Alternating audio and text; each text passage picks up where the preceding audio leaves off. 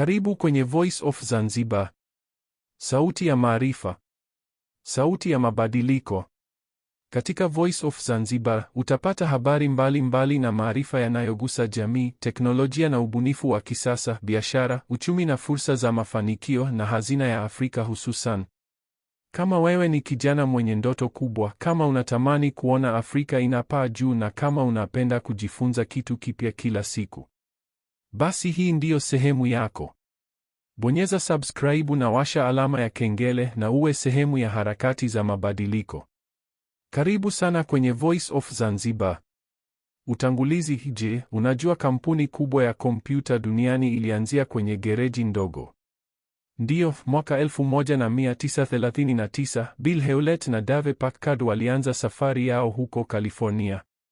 Hakukuwa na pesa nyingi. Kulikuwa na ndoto hii na ujasiri. Na hapo ndipo ilipozaliwa Hewlett Packard. Historia ya mwanzo haikuanza na kompyuta.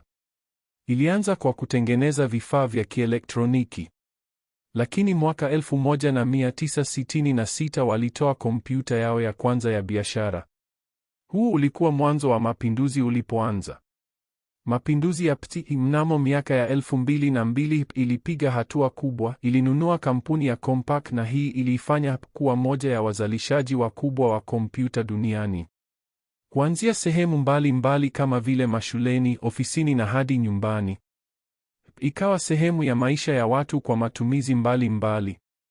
Mageuzi makubwa, na ilipofika mwaka 2015, kampuni iligawanyika katika sehemu mbili. Sehemu ya kwanza ni Inc.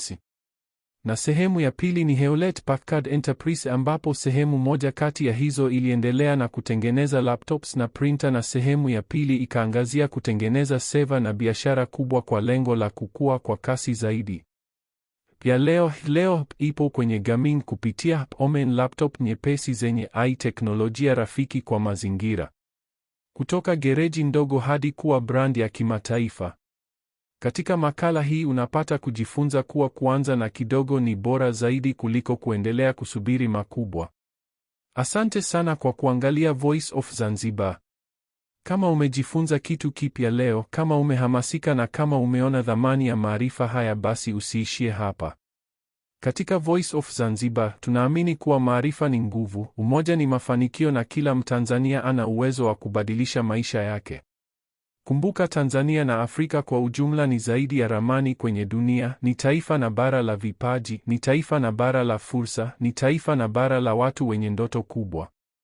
Kama bado huja subscribe, bonyeza subscribe sasa hivi kisha washa kengele ili usikose na kupitwa na video zetu zijazo. Pia shiriki video hii ili sauti hii iwafikie Watanzania wengi zaidi. Maoni yako ni muhimu, hivyo tuandikie hapo chini na tuambie unataka tuzungumzie nini kwenye video inayofuata. Hii ni Voice of Zanzibar, sauti ya maarifa, sauti ya mabadiliko, sauti ya taifa. Mpaka wakati mwingine, na endelea kuamini, endelea kujifunza na endelea kusonga mbele.